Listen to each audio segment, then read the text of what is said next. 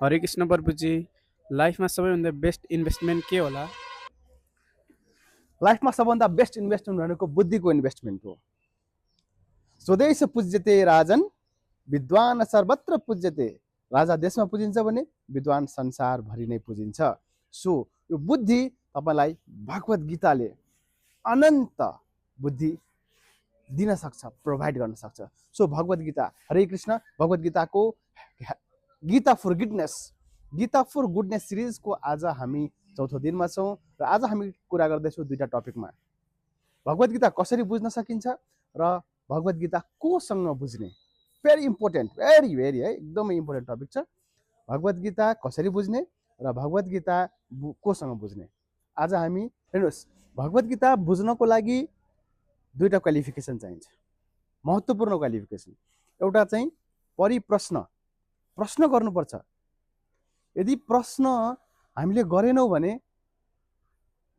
अन्धभक्त हामी हुन्छौँ। परिप्रश्न सेवया, भगवत गीतामा भनिएको छ, तद्विधि प्रणिपातेन परिप्रश्न न सेवया उपदेक्ष्यान्ति ते ज्ञानम ज्ञानिनस्तत्त्वदर्शिना।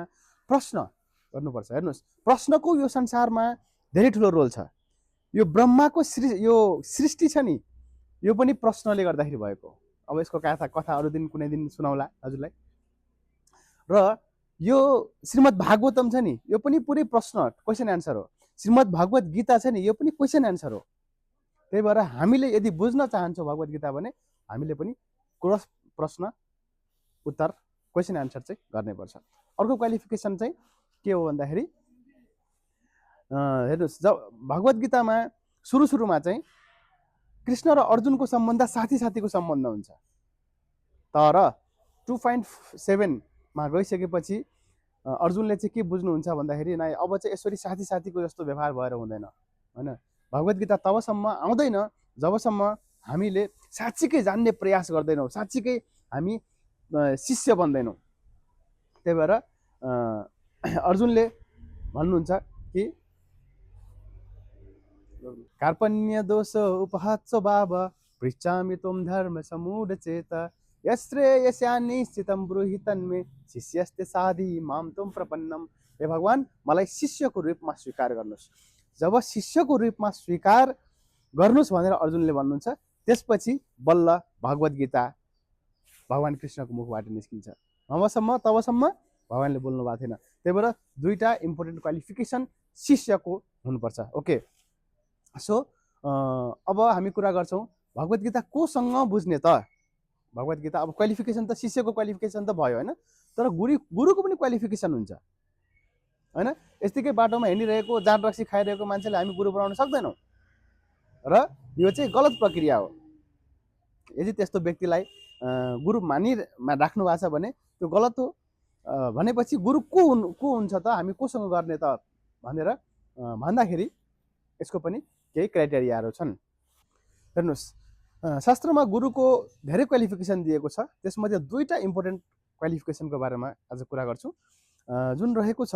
एउटा चाहिँ हामीले गुरु शिष्य परम्पराबाट ऊ व्यक्ति बिलोङ गर्छ कि गर्दैन, ऊबाट बल्ल सिक्न सकिन्छ। गुरु शिष्य परम्परा बिनाको व्यक्तिबाट हामी सिकेर केही काम छैन। हुन्छ उहाँको मन्तव्य तपाईँलाई थाहा हुनसक्छ। भगवत गीतामै लेखिएको छ, एवं परम्परा प्राप्तम इमं राजर्ष यो विदु सकलेन महता योग नष्ट परन्तपः। र पहिलाका राजाहरूले पनि यो भगवत गीताको ज्ञान गुरु शिष्य परम्पराबाटै लिनुभएको थियो, तर केही समयमा गएर यो नष्ट भयो। त्यही भएर मैले आज फेरि यो गीता तपाईँलाई सुनाउँदैछु भनेर भगवान कृष्णले अर्जुनलाई भन्नुहुन्छ।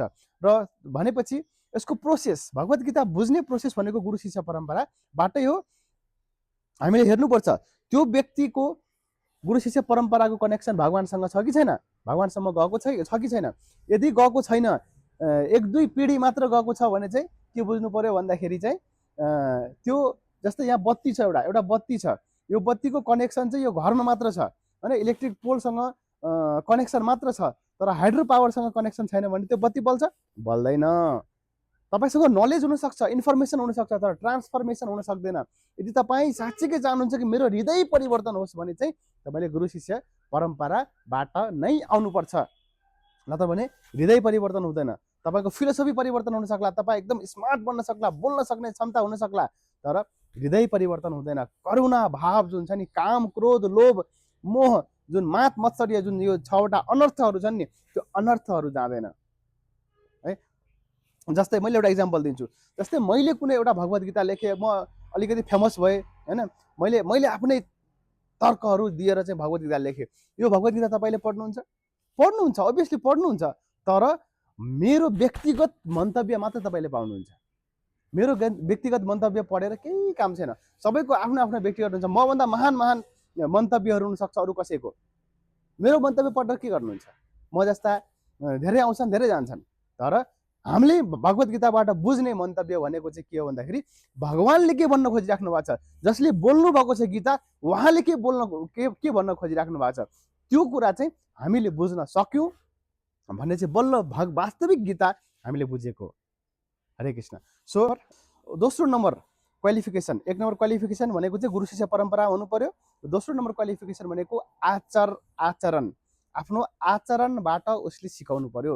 बोल्दाखेरि चाहिँ एउटा कुरा बोल्ने, तर गर्ने बेलामा अर्कै कुरा गर्ने। बोल्दाखेरि चाहिँ एकदम सभ्य, यस्तो गर्नु हुँदैन उस्तो गर्नु हुँदैन, रक्सी खानु हुँदैन, जाँड खानु हुँदैन, पान खानु हुँदैन भन्ने, तर गर्ने बेलामा चाहिँ आफूले चाहिँ पुरा पान मुखमा हालेर चाहिँ पुरा चाहिँ प्रवचन दिइराख्ने, पुरा चाहिँ प्रवचन दिइराख्ने है।